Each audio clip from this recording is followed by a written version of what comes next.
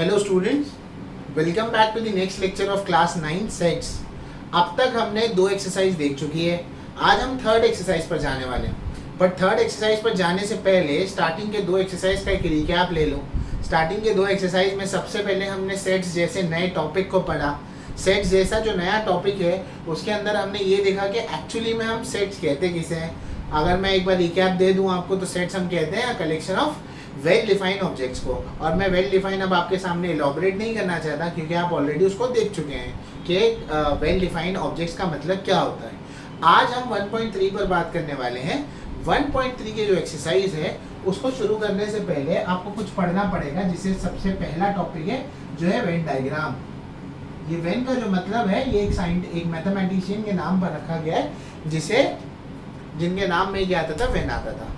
ठीक है, तो ये है वेन डायग्राम। आज सबसे पहले पढ़ेंगे वेन डायग्राम। बेसिकली हम क्या करते हैं, हम किसी भी सेट्स को जब हम पिक्टोरियली या डायग्रामेटिकली रिप्रेजेंट करते हैं उसे हम वेन डायग्राम कहते हैं। मतलब क्या, मतलब अगर बताने का मतलब ये है, अगर सपोज करो एक सेट है ए जिसमें नंबर आ रहा है 1 2 3 4 5 6 और एक सेट है बी जिसमें नंबर आ रहा है 2 3 और 6। ठीक है, और इन दोनों को मिलाकर एक बड़ा सेट है जिसमें सारे नंबर्स हैं। सपोज करो उसके अंदर नंबर्स हैं 1 2 3 4 5 6 7 8 9 10। ओके, आपके सामने तीन सेट है यहाँ पर। अगर आप पहले इस सेट को देखें जिसका नाम मैंने यू लिखा है, उसके लिए एक रीजन है। इस सेट को हम लोग कहते हैं यूनिवर्सल सेट। क्या कहते हैं? Universal set. इसको यूनिवर्सल सेट कहने, जब हम इसे यूनिवर्सल सेट कहते हैं तो इसको यूनिवर्सल सेट कहने का भी एक रीजन है। उसको यूनिवर्सल सेट कहने का ये रीजन ये है कि अगर आप सेट ए और सेट बी के एलिमेंट्स को देखेंगे तो सारे के सारे एलिमेंट्स आपको यूनिवर्सल सेट में दिखाई देंगे। थोड़ा सा अलग करने के लिए मैं इसके अंदर एक और एक एलिमेंट को ऐड कर देता हूँ। लेट्स से मैं यहाँ पर 7 को ऐड कर देता हूँ। ठीक है, तो अगर आप देखेंगे ए में 1 से 6 तक एलिमेंट्स आ रहे हैं जो आपको कहाँ दिखाई देंगे, यहाँ पर दिखाई देंगे। बी में आपको 2 3 6 7 दिख रहा है तो 2 3 6 7 यहाँ पर है। तो यूनिवर्सल सेट ऐसा सेट होता है जिसके अंदर जो बाकी वाले सेट्स होते हैं उसके सारे एलिमेंट्स इसमें दिखाई देते हैं। पर हम यहाँ पर इनकी बात नहीं करें, हमारा कंसर्न अभी वेन डायग्राम का है। तो अगर वेन डायग्राम में हम देखें तो वेन डायग्राम में हम इसको कैसे रिप्रेजेंट कर सकते हैं वो देखो। वेन डायग्राम के लिए सबसे पहले आपको एक रेक्टेंगल शेप बनाना पड़ेगा। ठीक है, दूसरी बात, अब यूनिवर्सल सेट्स में आपके पास नंबर है। अब आप क्या सपोज करो मैं ऐसे लिखना शुरू कर देता हूँ। 1 है 2 3 6 7 है ना, तो ये 1 4 5 2 3 को छोड़ दो, 1 4 हो गया, 5 हो गया, 6 है। ठीक है, अच्छा, और जो कॉमन है उसको यहाँ लिख देता हूँ मैं। जो कॉमन हमारे पास एलिमेंट है 2 3 है और 6 7, 2 3 6 है। सो 2 सपोज करो 2 यहाँ है, 2 3 एंड 6। ठीक है, अब इसको मिला लो तो देखो 1 2 3 4 5 6 ये मिलाकर पूरा आपका क्या बनेगा, ये पहला सेट आपका ए बनेगा। मैं इसको रेक्टेंगल को बड़ा कर देता हूँ यहाँ से, रुक जाओ जस्ट मिनट। हाँ, तो ये हो गया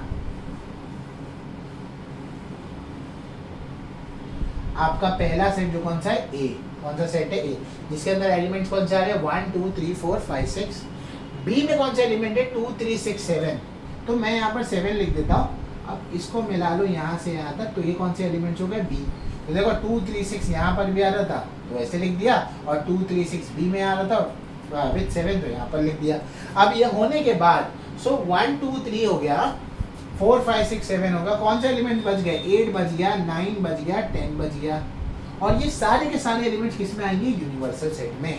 और इसी को हम लोग कहेंगे क्या, वेन डायग्राम। क्या कहेंगे हम इसे, वेन डायग्राम कहेंगे। फेयर इनफ, समझ में आया।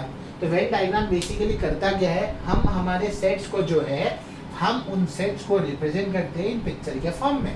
अब यहाँ पर अगर ध्यान से फिर से बात देख लो, अगर मैं आपसे पूछूं कि मेरे को इस डायग्राम को देखकर बताओ, मैं इसको मिटा देता हूँ, मैं इस डायग्राम को देखकर अगर आपको पूछूं कि इस यूनिवर्सल सेट, इसका यूनिवर्सल सेट लिखो, तो इसके यूनिवर्सल सेट में क्या आएगा? जो पूरे बॉक्स में नंबर्स है वो, यानी कि 1 से लेके 10 तक। अगर मैं पूछूं सेट बी में कितने नंबर्स है, तो सेट बी में कौन कौन से एलिमेंट है? 2 3 6 7। अगर मैं आपसे पूछूं कि सेट ए में कौन से नंबर्स है, सेट ए में कौन से? 1 2 3 4 5 6। तो यही वेन डायग्राम का कमाल होता है, जहां पर आप पिक्चर देखकर बता सकते हो कि उस सेट के एलिमेंट्स कौन से होंगे। समझ में आया? ये जो मैथमेटिशियन है कोई नॉर्मल नहीं है, या मैं ये नहीं कह सकता कि बहुत ही रेगुलर मैथमेटिशियन में आते हैं। ये जो मैथमेटिशियन है, इन्होंने लॉजिक और प्रोबेबिलिटी जैसे कंसेप्ट मैथ्स में दिए हैं। ओके, ये एक एडिशनल इन्फॉर्मेशन थी। अब आपको वेन डायग्राम समझ गया। वेन डायग्राम के बाद जो आपका दूसरा टॉपिक है जो आपको पढ़ना है वो होता है सबसेट। क्या होता है? सबसेट। सबसेट बड़ी आसान चीज है। सबसेट को अभी सबसेट मत देखो, अभी ये देखो कि सब क्वेश्चन क्या होता है। आप बोलते हैं क्वेश्चन नंबर 1 का सब क्वेश्चन 2, क्या मतलब? क्वेश्चन नंबर 1 के अंदर वो हिस्सा आता है, सेकेंड वाला पार्ट, यानी कि सब का मतलब क्या होता है? सब जो होता है वो किस में आएगा? किसी एग्जिस्टिंग बड़े पार्ट का एक हिस्सा होगा। जैसे कि सबसेट के लिए एग्जांपल देता हूँ, आपकी बहुत अच्छी जगह जो आजकल आप मिस कर रहे होंगे वो है आपकी स्कूल। आप क्लास 9 के स्टूडेंट हैं। ओके, तो आपकी स्कूल में सिर्फ क्लास 9 तो है नहीं, आपकी स्कूल में फर्स्ट स्टैंडर्ड होगी, 8th होगी, 9th होगी, 10th होगी, जूनियर कॉलेज होगी। तो इसके अंदर बाकी क्लासेस भी हैं, 8th है सपोज करो, 10th है सपोज करो। तो ये सब के सब इस स्कूल के हिस्से हैं। तो अगर ये स्कूल के हिस्से हैं तो ये क्या कहलाएंगे? सबसेट कहलाएंगे। क्या कहलाएंगे? सबसेट। तो अगर मैं स्कूल को क्या कह सकता हूँ फिर? तो क्या मैं स्कूल को यूनिवर्सल सेट कह सकता हूँ?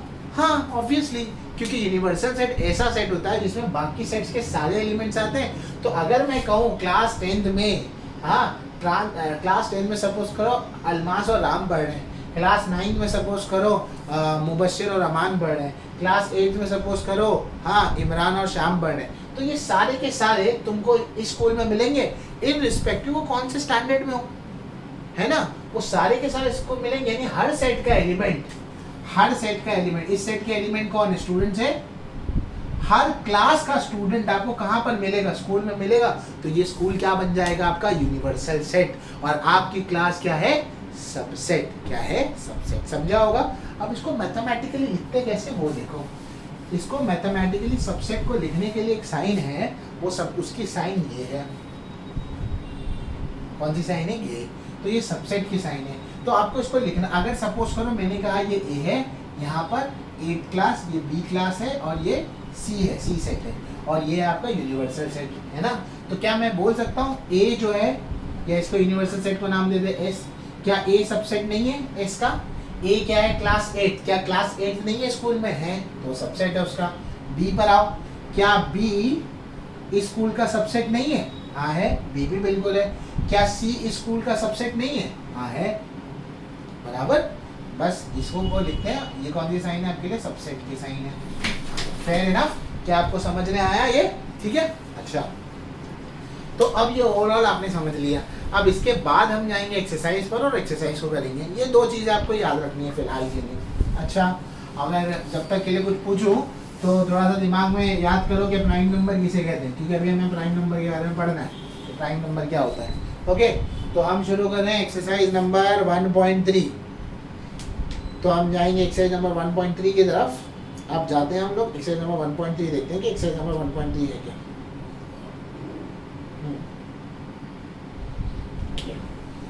चलो, और इसमें काफ़ी सारी बातें हैं जो मुझे तुम्हें बतानी चाहिए, बट अगर जहाँ पर एक्सरसाइज में इंपॉर्टेंट होगा मैं उसको बताऊंगा, वरना चैप्टर के एंड में जब कंक्लूड करूँगा तो कुछ टेक्स्ट बुक में से कुछ इंपॉर्टेंट बातें आपको ज़रूर बताऊँगा। ओके, एक्सरसाइज नंबर 1.3 हम स्टार्ट कर रहे हैं। एक्सरसाइज नंबर 1.3 का पहला प्रॉब्लम देखते हैं कि पहला प्रॉब्लम क्या है। पहले प्रॉब्लम में एक सेट दिया है, वो देखो। पहले प्रॉब्लम में एक सेट के एलिमेंट्स है A B C D E, A B C D E, ठीक है। इसके एलिमेंट है C D E F. Set C के एलिमेंट है बी डी,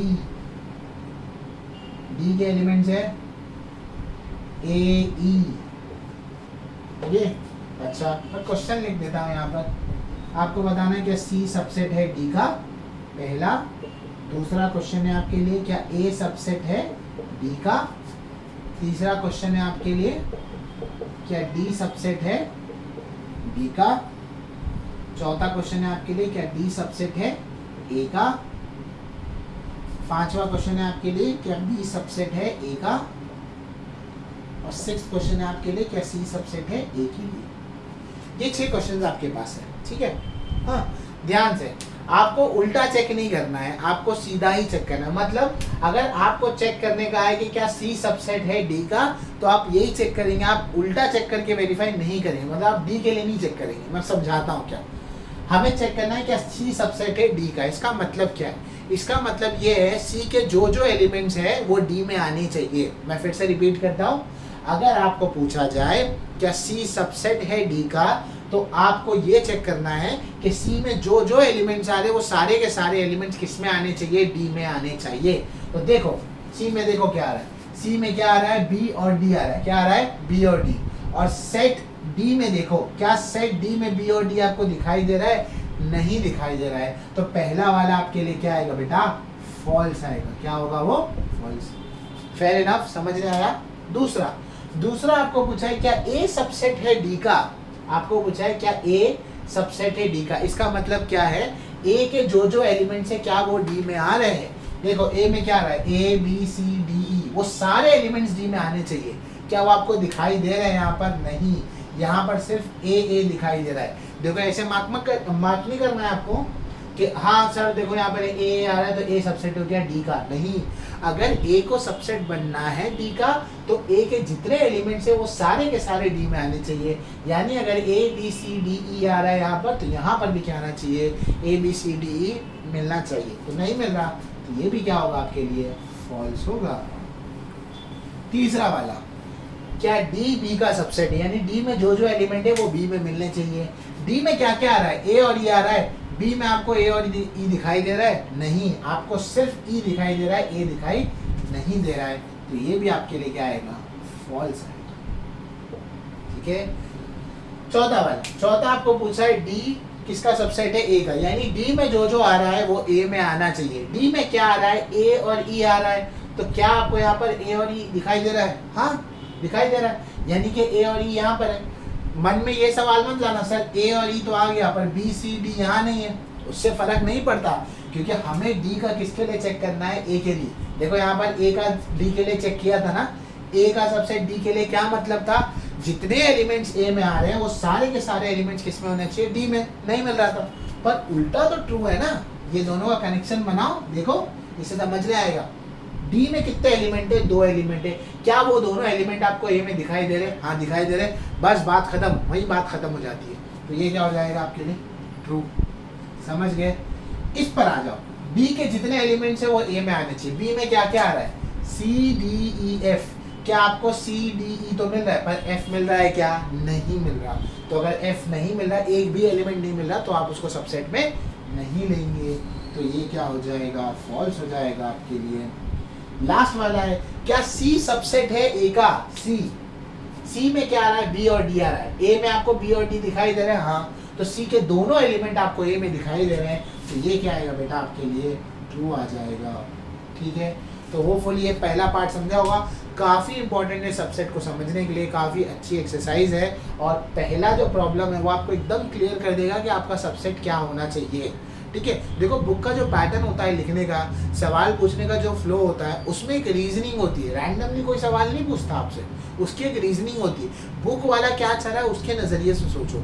बुक वाला ये चाह रहा है कि बच्चा पहला प्रॉब्लम अच्छे से करे, जो कि आपको करना है, बहुत ज़रूरी है। अगर आपने पहला प्रॉब्लम अच्छे से किया तो आपको एक्सरसाइज का फ्लो समझेगा, और अगर आपको एक्सरसाइज का फ्लो समझेगा तब आप उसको आसानी से आगे कर सकेंगे। ठीक है, अब हम जाएंगे क्वेश्चन नंबर 2 की तरफ। तो हमारा क्वेश्चन नंबर 2 क्या है वो देखते हैं। ठीक है, तो इसको लिख लो।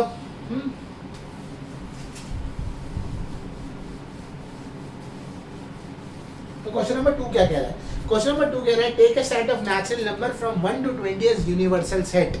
नेचुरल नंबर 1 से शुरू होता है तो पता ही होगा, चैप्टर के स्टार्ट में देखा है। तो यूनिवर्सल सेट है, कहाँ से कहाँ तक लेना? 1 से 20 तक। 1 2 3 4 5 6 7 8 9 10 11 12 13 14 15 16 17 18 19 20 बोर तो नहीं हो रहा ना? ओके, आ गए, यूनिवर्सल सेट हो गया। अब यूनिवर्सल सेट के बाद आपको क्या बोला है? आपको ये बोला है कि आपको show that X and Y using Venn diagram. देखो एक्स सेट है क्या, पहले अपने टेक्स्ट बुक में देखो। x जो है set of all x such that x belongs to natural number, और x कहाँ से कहाँ तक लाई करता है? 7 से लेके 15 तक, बट 7 और 15 को नहीं लिखना है। देखो अगर ऐसा रहा तो 7 और 15 नहीं आएगा, बट ऐसा ऐसा आ गया यानी इक्वल्स टू आ गया तो 7 और 15 को लिखना पड़ेगा। तो x वाले में आपको वो नंबर लिखने जो 7 से बड़े और 15 से छोटे हैं, 7 और 15 को नहीं लिखना है। तो वो सेट में कौन से नंबर आएंगे बताओ? 7 से बड़ा कौन सा नंबर है? 8 9 10 11 12 13, और 15 से छोटा यानी कि कहाँ तक जाओगे? 14 तक। समझ में आ गया? y में क्या है? y is a set of all x, y is a prime number from 1 to 20। 1 से लेके 20 के बीच में जो प्राइम नंबर है वो लिखना है। तो 1 से लेके 20 के जो प्राइम नंबर, याद आया प्राइम नंबर क्या था? क्या भूल गए? प्राइम नंबर्स ऐसे नंबर्स होते हैं जो सिर्फ और सिर्फ अपने टेबल में आते हैं, किसी और टेबल में नहीं आते हैं, सेल्फ डिविजिबल होते हैं, किसी और नंबर से वो डिवाइड नहीं होंगे। प्राइम नंबर में एक और एक चीज़ याद रखो, 1 को प्राइम में कंसिडर नहीं करना है, 1 आइडेंटिटी होता है। काफ़ी बच्चे वहाँ पर गलती करते हैं। तो कौन कौन से प्राइम नंबर है इसके अंदर बताओ? कौन कौन से प्राइम नंबर है? यूनिवर्सल सेट में से निकाल दो। तो 2 है, 3 है, 5 है, 7 है, 8 नहीं है, 9 नहीं है, 10 नहीं है, क्योंकि ये 8 9 10 ये 2 के टेबल में आता है, ये 3 के टेबल में आता है, ये 2 के टेबल में आता है। फिर 11 है तो वैसे 13 आएगा, 14 15 16 नहीं होगा, 17 आएगा, 18 नहीं होगा, 19 आएगा। समझ गए? अच्छा, अब क्या बनाएंगे हम? Venn diagram. वेन डायग्राम बनाने के लिए आप सबसे पहले, बनाने से पहले एक चीज़ ध्यान में रखेंगे, आपके जो दो सबसेट, ये दोनों सबसेट है ना इसके, उनमें अगर कोई कॉमन नंबर है तो पहले वो स्पॉट कर लो। क्या इनमें कोई कॉमन नंबर है? इनमें कॉमन नंबर ये 8 से शुरू हो रहा है तो 8 से बड़ा ही नंबर देखना पड़ेगा। तो 11 और 11 है, एक कॉमन नंबर 13 और 13 है कॉमन है, बाकी कोई नंबर कॉमन नहीं है। तो हम एक बड़ा सा बॉक्स बना देते हैं यहाँ पर, ठीक है? हाँ, 11 और 13 को कहीं बीच में लिख लेंगे यहाँ पर। सपोज करो ये 11 है बेटा और ये 13 है। बाकी नंबर्स लिखो यहाँ पर कौन से? 8 है, 9 है, 10 है, 11 12 11 तो चला गया, 12 है, और ये क्या है? 13 है। तो ये मिलाकर आपका क्या बना? पहला सेट बन गया, जो कि कौन सा था? x वाला। अब y के लिए 11 13 तो यहाँ पर लिखा हुआ था ऑलरेडी, तो कौन सा लिखेंगे? 17 और 19 लिखेंगे। तो ये क्या हो गया आपका? y हो गया। अब जो नंबर्स बच गए, मतलब कौन से नंबर बच गए? तुम बोलेंगे अरे यूनिवर्सल सेट के भी तो नंबर लिखने हैं। तो 8 9 10 11 12, देखो 8 9 10 11 12 तो लिख दिया था, है ना? उसके अलावा जो जो नंबर बचे हैं वो कौन से बचे हैं वो भी तो लिखने, वो कहीं पर भी यहाँ पर मेंशन कर दे सकते हो। मैं इसको बढ़ा देता हूँ यहाँ पर बॉक्स को, आप अपनी बुक में अपने हिसाब से ड्रॉ कर लेना। 1 बच गया था वो लिखना पड़ेगा, 1 है, 2 है, 3 है, 4 है, 5 है, 6 है, ठीक है? यहाँ तक हुआ। अच्छा सॉरी, अच्छा ये एक चीज़ और है, सॉरी मैं तुम तो ऐड करना भूल ही गया, इसमें एक चीज़ और ऐड करनी है तुमको। सॉरी मैंने वाई में सिर्फ यही काउंट किया, 17 और 19 ही काउंट किया, 11 13 हुआ था, ये तो मैंने काउंट ही नहीं किए वाले नंबर जिसके अंदर। तो ये है 2 आएगा यहाँ पर, 3 भी आ जाएगा, वाई के अंदर और क्या है? 2 3 5 है, वो भी आएगा, 2 3 5 हो गया, फिर क्या आएगा? 7 आ जाएगा, ठीक है? 7 होने के बाद 11 हो गया, 13 हो गया, 17 हो गया और 19 हो गया। अब ये सारे नंबर्स होने के बाद जो नंबर्स बच गए उसको लिख दो। कौन कौन से नंबर बच गए? 1 लिखना पड़ेगा, बच गया। 2 और 3 हो गया था, 4 नहीं लिखा, लिखना पड़ेगा। 5 हो चुका है, 6 हमने नहीं लिया कहीं, तो 6 लिखना पड़ेगा। 7 हो चुका, 8 9 10 11 12 13 हो चुका। 14 नहीं हुआ था, 14 लिखना पड़ेगा, 14 लिख दिया। 15 कहीं नहीं हुआ था तो 15 लिख दो, 15 हो गया। उसके बाद क्या? 16 लिख दो यहाँ पर। 17 हम शायद लिख चुके हैं, हाँ लिख चुके हैं। 18 नहीं हुआ था, 18 लिख दो। 19 लिख चुके थे, और ये क्या आएगा यहाँ पर? 20। तो इस तरह से ये तुम्हारा क्या हो जाएगा, बन जाएगा। एक बार काउंट कर लो सारे नंबर है क्या, 1 है, 2 है, 3 है, 4 है, 4 के बाद 5 है, 5 के बाद 6 है, 6 के बाद 7 है, 7 के बाद 8, 9, 10 है, 11 है, 12 है, 13 है, 14 है, 15 है, 16, 17, 18, 19 और 20। तो इस तरह से ये तुम्हारा पूरा वेन डायग्राम क्या होता है, कंप्लीट होता है। जहाँ जो कॉमन नंबर उनको बीच में लिख लेना, यानी कि वो एक्स में भी आ रहा है और वाई में भी मिल रहा है। Fair enough. तो ये तुम्हारा दूसरा प्रॉब्लम था। अब हम जाएंगे तीसरे प्रॉब्लम की तरफ। ठीक है, चलो इसको लिख लो।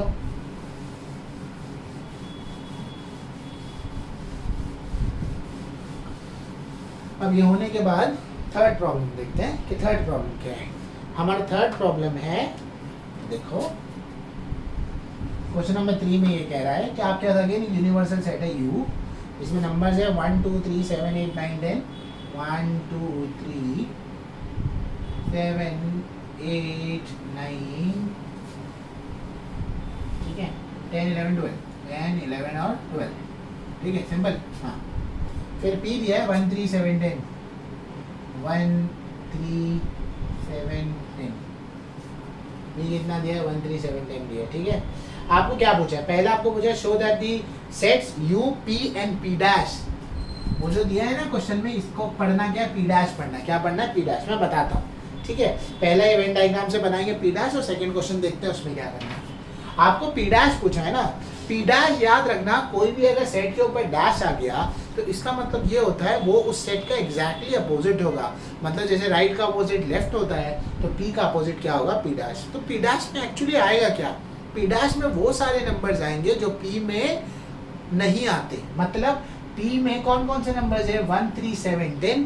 तो 1 3 7 10 इन चार नंबर को छोड़ के जितने नंबर्स यूनिवर्सल सेट में है वो सारे के सारे किस में आएंगे, P डैश में आएंगे। यानी कि यहाँ से 1 3 7 10 हटा दो तो यहाँ पर 2 आ जाएगा, 3 नहीं ले सकते, 7 नहीं ले सकते, ठीक है। फिर क्या आएगा, 8 आएगा, 9 आएगा, 10 नहीं ले सकते, 11 आएगा और क्या आएगा, 12 आएगा। अब U P और P डैश को आपको किस में बताना है, आपको बताना है वेन डायग्राम में। इससे आपने एक चीज़ एनालाइज करी, P और P डैश एग्जैक्टली अपोजिट होते हैं। तो इतना याद रखो कि P और P डैश के बीच में कभी कुछ कॉमन नहीं होगा। तो यहाँ पर कोई कॉमन नंबर तो है नहीं, तो हमें एनालाइज करने की ज़रूरत नहीं है, ठीक है। और तो डायरेक्टली एक P के लिए लिखेंगे अपन। P के लिए क्या क्या आएगा बताओ, P के लिए होगा 1, ये होगा 3, ये होगा 7, ये होगा 10। P डैश के लिए क्या होगा बताओ, 2 8 9 11 और ये कितना होगा 12। ये कितना होगा, P डैश होगा। ये P है और ये क्या है, P डैश है। और ये दोनों को मिलाकर क्या बनेगा, यूनिवर्सल चेक कर लो ना। 1 2 3 हो गया, फिर क्या था 7 8 9, 7 8 9 मिल गया, 10 11 12 मिल गया। तो ये मिलाकर आपका क्या बन गया, पूरा ये हो गया। तो ये इसका पहला पार्ट था। अब इसके दूसरे पार्ट में वेरीफाई करना है। वो बोल रहा है कि आप ये वेरीफाई, ओ सॉरी मैंने मिटा दिया इसको, वो हिस्सा चाहिए था हमें। आपको बोला है कि वेरीफाई करो सेकंड पार्ट में कि P डैश का डैश, वेरीफाई P डैश का डैश जो है वो P के बराबर होगा। इसको समझाता हूँ, पहले मैं फिर से ज़रा लिख दूँ कि P क्या था। P हमारा था 1 3 7 10, राइट। P हमारा था 1 3 7 10, 1 3 7 10 था P हमारा। और P डैश क्या था, P डैश था हमारा 1 3 7 10 को छोड़ो तो क्या है, बोलो 2 है। P छोड़ो, 7 छोड़ दो, ठीक है। तो 3 7 छोड़े क्या आएगा, 8 आएगा, 9 आएगा, 10 नहीं लेना, 11 और 12, ठीक है। अब इसको वेरीफाई कैसे करेंगे, ये देखो। वेरीफाई करने के लिए उसने बोला P डैश का डैश निकालो। ये P डैश है, इसका डैश मतलब क्या होगा, इसका डैश मतलब होगा इसका अपोजिट। जैसे P का अपोजिट P डैश था, तो अगर इसका अपोजिट निकालना है तो इसके ऊपर एक डैश लगा दो तो इसका अपोजिट आएगा। और P डैश का डैश यानी P डैश का अपोजिट क्या होगा, ऐसे नंबर जो P डैश में है वो सारे के सारे नंबर्स को छोड़ देकर जो नंबर्स यूनिवर्सल सेट में बच गए वो लिखने हैं। यानी कि P डैश में 2 8 9 11 12 आ रहा है, तो 2 8 9 11 2 8 9 11 12 को छोड़कर जो नंबर्स बचे वो लिख दो। तो अगर इसको हटा दो, 2 को हटा दो, 8 को हटा दो, 9 को हटा दो, 11 को हटा दो, 12 को हटा दो, तो क्या बचा आपके पास बचा 1, यहाँ से बचा 3, यहाँ से बचा 7, यहाँ से बचा 10। बिंगो, दोनों बराबर है। इसका क्या मतलब, इसका मतलब ये है P dash of dash is equal to क्या, P hence verified. Hope so समझ में आया होगा, एग्जाम में पूछा जाता है। एक और क्वेश्चन करेंगे इस वीडियो के लिए, फिर हम इसका सेकंड पार्ट जो है नेक्स्ट एक्सरसाइज में देखेंगे, मतलब नेक्स्ट वीडियो में सॉरी देखेंगे इसका जो सेकंड पार्ट होगा। अब हम जाएंगे इसके क्वेश्चन नंबर 4 की तरफ। क्वेश्चन नंबर 4 क्या है, A is equal to 1327 right any 3 subsets of A। इसका आंसर वेरी कर सकता है, ठीक है, किसी का भी कुछ भी आंसर आ सकता है इसके लिए। 1327 है। अब आपको इसके सबसेट लिखने हैं। सबसेट में आप अपने हिसाब से बनाओ, आपको जो सबसेट बनाना है। मैं बोलूँगा आपकी स्कूल जो है उसकी स्कूल में से 3 सबसेट बना के लाओ, तो तुम बोलेंगे हाँ, फर्स्ट सेकंड थर्ड को मिलाकर एक सबसेट बना लिया, सेकंड फिफ्थ और 8 को मिलाकर एक सबसेट बना लिया, 8 9 10 को मिलाकर एक सबसेट बना लिया। आप किसी को भी उठाओगे वो स्कूल का हिस्सा है, अगर वो स्कूल का हिस्सा है तो क्या वो सबसेट है। अगर आपने 1 को भी उठाया तो भी सबसेट है, 2 क्लास को उठाया तो भी सबसेट है, 3 क्लास को उठाया तो भी सबसेट है, 4 को उठाया तो भी सबसेट है, पूरी को पूरी उठा लिया तो भी क्या है, सबसेट है। तो आप सबसेट बना लो। सपोज करो इसका पहला सबसेट है, सबसेट ऑफ ए लिखता हूँ मैं यहाँ पर, सबसेट ऑफ ए। सपोज करो पहले सबसेट का नाम हम बी देते हैं, तो उसके अंदर मैं लिख देता हूँ 1 3, ये एक सबसेट हो गया उसके लिए। सी एक सबसेट में बनाता हूँ जिसमें लिखता हूँ 1 3 2, 1 3 2 सबके सब इसके अंदर आ रहे तो ये इसका सबसेट हो गया। डी एक सबसेट बनाता हूँ जिसमें लिखता हूँ 2 7, 2 7 इसके अंदर आ रहे तो ये क्या हो गया, उसका सबसेट हो गया। बस, तो आपको ये तीनों 3 के 3 मिल गए और ये 3 इसका क्या हो गया, सबसेट हो गया। तो बेसिकली इस तरह से आपके क्या होता है, ये सारे के सारे आपको ये क्वेश्चन यहाँ पर ख़त्म करते हैं। ये एक्सरसाइज का एक पार्ट है, इसको अच्छे से प्रैक्टिस करो, समझो। कोई डाउट होगा व्हाट्सएप ग्रुप पर बताओ या कमेंट सेक्शन में लिखो, कोई भी डाउट है कुछ भी है उसको रिजॉल्व करेंगे इंशाल्लाह। और ज़्यादा से ज़्यादा ग्रुप्स में इसको शेयर करो, आगे हम कंटिन्यूसली इसको अपलोड करते रहेंगे। Okay, thank you.